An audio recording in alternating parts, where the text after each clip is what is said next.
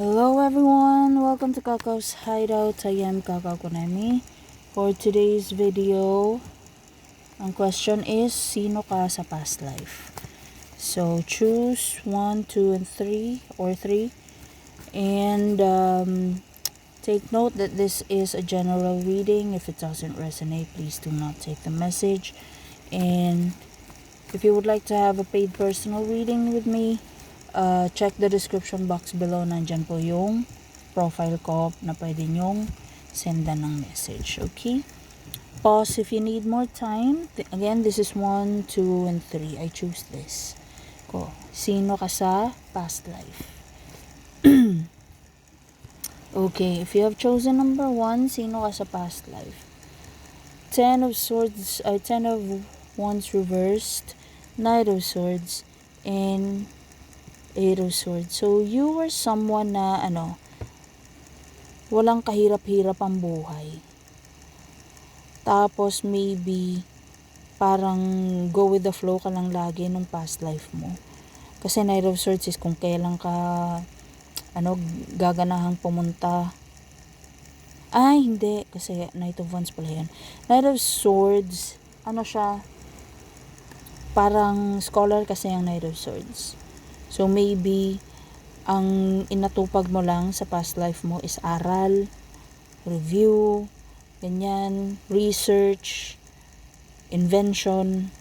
Tapos, siguro, lagi kang nagta-travel from one place to another. I'm being drawn to the eagle here. So, I don't know, ano bang country yung may eagle? Or being represented by Eagle America? Or a bird, blackbird, yung Ireland, yung raven, 'di ba? Representation siya ni Morrison, yung goddess of whatever, I forgot, death ba 'yan? Basta merong Irish na Morrigan pala, Morrison. Morrigan, tapos siya, blackbird yung niya. Or maybe you were into occult. Mirror magic is very dominant. Tapos ang daming blackbirds. Si Hecate is represented by black dogs and blackbirds din kasi. So, maybe, tawag nito, parang hinayaan kang mag-research, parang yung parents mo siguro, yung family mo siguro is more on knowledge-based yung happiness nila. Siguro you were, in your past life, your family were a family of, mga academia elites, mga philanthropists, researchers, investigators, and inventors, ganyan. Pero ikaw, yung interest mo is more on magic and conjuring something na very spiritual, very occult yung yung tema. And let's see, ano pa? Anong kinalaman nito sa present life mo? And I'm also sensing na parang you were told to do a research, you were told to explore whatever you want to explore. Parang kahit anong hingin mo, it's not going to be hard for you to get your resources. Parang kung sa modern life pa siguro, parang kailangan ko ng pambili ng libro, kailangan pumunta ako doon, may research kami doon. Parang yung family mo, parents mo, parang ayan, may pera, kuha ka lang. Parang ganon. Tapos, instead of like anything scientific, maybe you were drawn to something na very spiritual, holistic, or occult. And maybe that's your form of rebellion. Now, anong kinalaman nito ngayon sa life mo? Ayan, tamad kang ay, nako, nakarelate. Ito kasi pinili ko. Judgment reversed. Parang sa life na to ngayon, namimiss mo yung life mo, yung past life mo, na sana if only ganun yung like mag-aaral lang ako, kung anong kakailanganin ko ibibigay sa akin. Kasi hindi ka sa past life, parang hindi ka sanay magtrabaho. 10 of Wands reversed eh. Wala kang burden, wala kang obligation, wala kang tawag nito, parang kung ano lang yung maibigay mo, kung ano lang yung parang ang pressure lang sa'yo is kung ano yung mga natutunan mo. May maiimbento ka bang bago, may innovation ka ba, yun lang. Pero pera, budget, pangkain, pang travel, hindi mo problema yun. Tapos sa past life mo, parang yun yung namimiss mo, na if only I can travel anywhere, I can buy whatever I want, I would probably concentrate on studies. And medyo relate ako. Kasi ayokong parang isa rin sa reason na hindi ako nakatapos is ayoko nang mag-working student. Ayoko nang ganun. And kasi kung aral. Kasi pag ako nakahawak ako ng libro kahit hindi ako kumain, basa lang ako ng basa. So I think parang in a way relating to. So in this life parang yun yung namimiss mo, na if only yun lang yung gagawin ko. Like hindi ako mamomroblema kung saan ako kukuha ng kakainin, hindi ako mamomroblema kung may kinakain ba yung pamilya ko, ganun. Parang nag-indulge sana ako sa pag-aaral. So in this case, I won't be surprised if may katamaran ka. Yun, relate din ako doon. Na parang kung meron ka mang magiging source of income, parang related sa knowledge mo, dapat ikaw lang yung nakakaalam ng subject na yon. Tapos if you impart it to other people, doon ka magkakapera. Judgment in reverse, there will be a desire sa lifetime na to do something all over again, or to wish na merong opportunity na bumalik. Nag-resonate ba? Well, siguro yung youth ko, I would like to go back to being young and maybe study some more. Pero let's see. Ang life lesson dito is, or yung karmic lesson dito is, okay, don't hesitate to start again. Don't hesitate to start something new. Parang wag kang magpapapigil sa edad, wag kang magpapapigil sa resources. Kung gusto mong parang kung may gusto kang aralin, parang igapang mo, o kahit na parang kahit na imposibleng simulan, gawin mo. Okay, it resonates. In my case kasi itong tarot. Anyway, that's all I'm seeing here. Any clarifications, reply lang sa comments. And if you would like to have a paid personal reading, nasa description box, doon nyo ako kontakin. Anyway, let's proceed kay ginagawa mo dito. Number 2. Nag-record ko mic sa bahay. Number 2, sino ka sa past life mo? Orphan ka ata nung past life mo. Wala kang pamilya.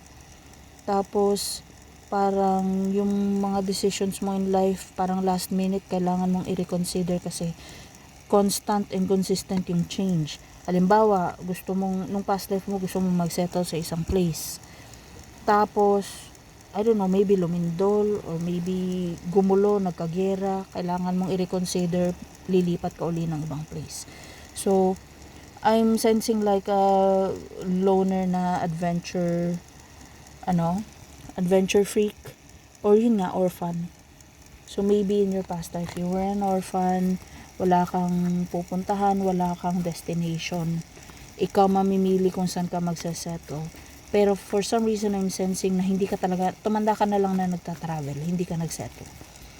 Now let's see anong kinalaman nito sa current life mo.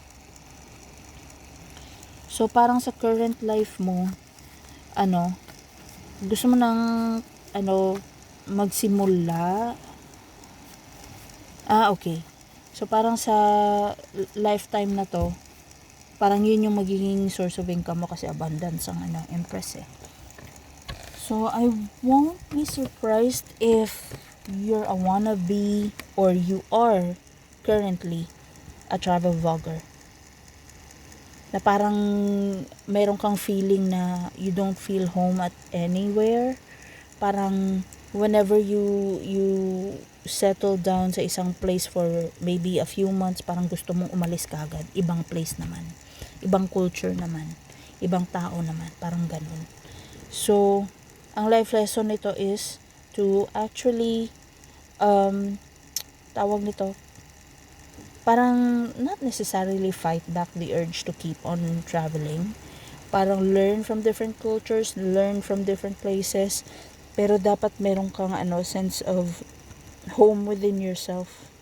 Hindi yung na-enjoy mo lang yung life pag nagta-travel ka. Parang tawag dito. O parang paano ko ba ipapaliwanag to? Kasi security within yourself ang empress eh. So make sure na if hindi ka man magsesettle anywhere, at least you feel at home within yourself, na parang hindi yung dissatisfied ka kasi you're always looking for something new, you're always looking for for a new place, new faces, new cultures. In this case, parang tanggapin mo sa sarili mo na masaya ka sa ginagawa mo. Parang yun yung nakasanayan mo eh. And there's also something about household or family din na maybe you feel like an outcast. Na parang instead of blaming them or being feeling bad about how they treated you, parang accept it na lang. Na hindi nila trip yung pag-travel ko eh. Hindi iba yung ugali nila sa ugali ko eh. So parang this is my passion. I'm doing what I love and accept it. And if you're going to do that, possible outcome, 10 of Swords reversed. Matatackle mo yung source ng disappointment mo. Especially if yung merong yung source of disappointment mo is yung parents mo. Na parang sila kasi nung maliit pa ako, travel kami ng travel, hindi sila mapakali. Tapos ngayon matatanda na sila, tas ako yung travel, gusto nila akong pigilan. Eh sinanay nila ako sa lakwatsa. So parang instead of tawag dito, blaming them, parang accept them as it is, kasi yun nga, nakasanayan rin nilang mag-travel. Tapos ngayon ikaw na lang yung naglalakwatsa, syempre they're going to miss being out there.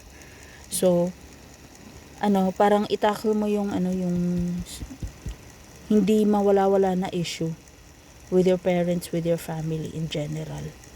Para pag nagta-travel ka, it's not going to feel like an escape. It's more like nagta-travel ka kasi it's your passion. Hindi yung may travel ka kasi ayaw mong umuwi. So, there. That's for you, number 2. Let's proceed kay number 3. If you have chosen number 3, sino ka sa past life? Okay, you were a king. You were a king, tapos parang you're very dependent sa magician. So maybe you used to rule, pero hindi klaro na ikaw yung ruler. Kasi you're being manipulated or you're being under somebody's spell, pwede rin. Or maybe umabot sa point na siya yung high priest or high priestess mo nagde-decide sa next mong gagawin. Parang yung free will mo hindi mo ginamit, yung sarili mong assessment ng situation, yung decision skills mo hindi nahasa kasi lagi kang naka-rely sa mga rituals, sa spells, sa hula. So I won't be surprised kung nandito ka kasi parang naging obsession mo tong hula, tong fortune telling, tong divination sa past life mo. To the point na yung mga tao mo hindi klaro sa kanila sino ba talaga susundin nila. Yung high priest, ikaw. So I'm being drawn to the lion here. So maybe in your past life there was an authority figure na parang you do well or else. May ganong energy. Kaya masyado kang perfectionist. Tapos yung print ng niya, lizard. So parang kapit na kapit ka sa kung ano sasabihin ng high priest, ng high priestess mo.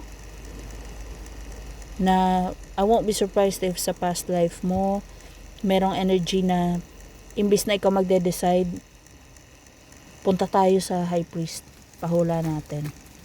O paritwalan natin yan. Kahit na pwede mo namang gawin on your own. Or parang kahit na pwede namang ikaw na mag-finalize ng decision.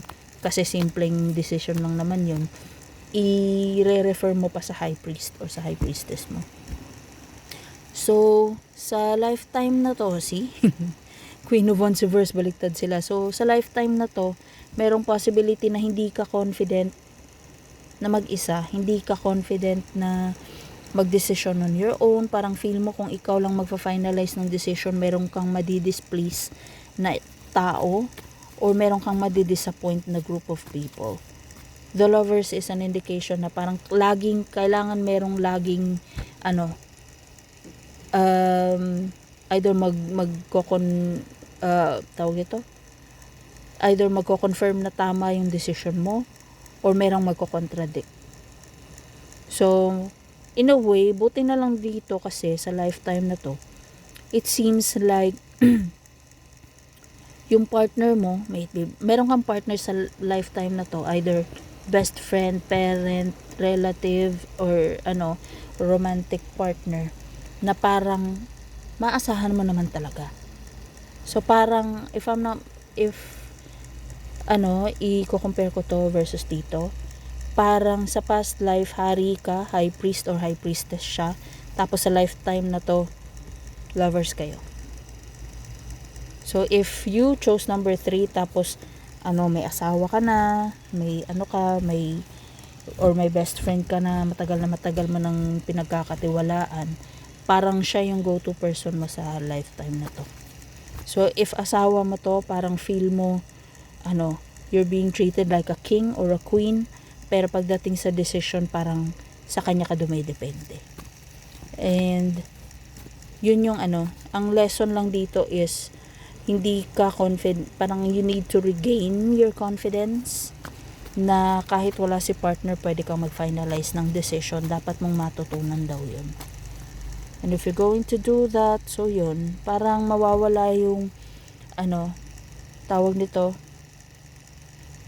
parang mawawala yung fear na hindi magtatagal ang isang bagay or hindi magwo-work ang isang project, ang isang decision. Parang tawag dito kasi ang Ten of Pentacles in upright, longevity. Kung anong sinimulan mo, may pamamana mo sa next na generation.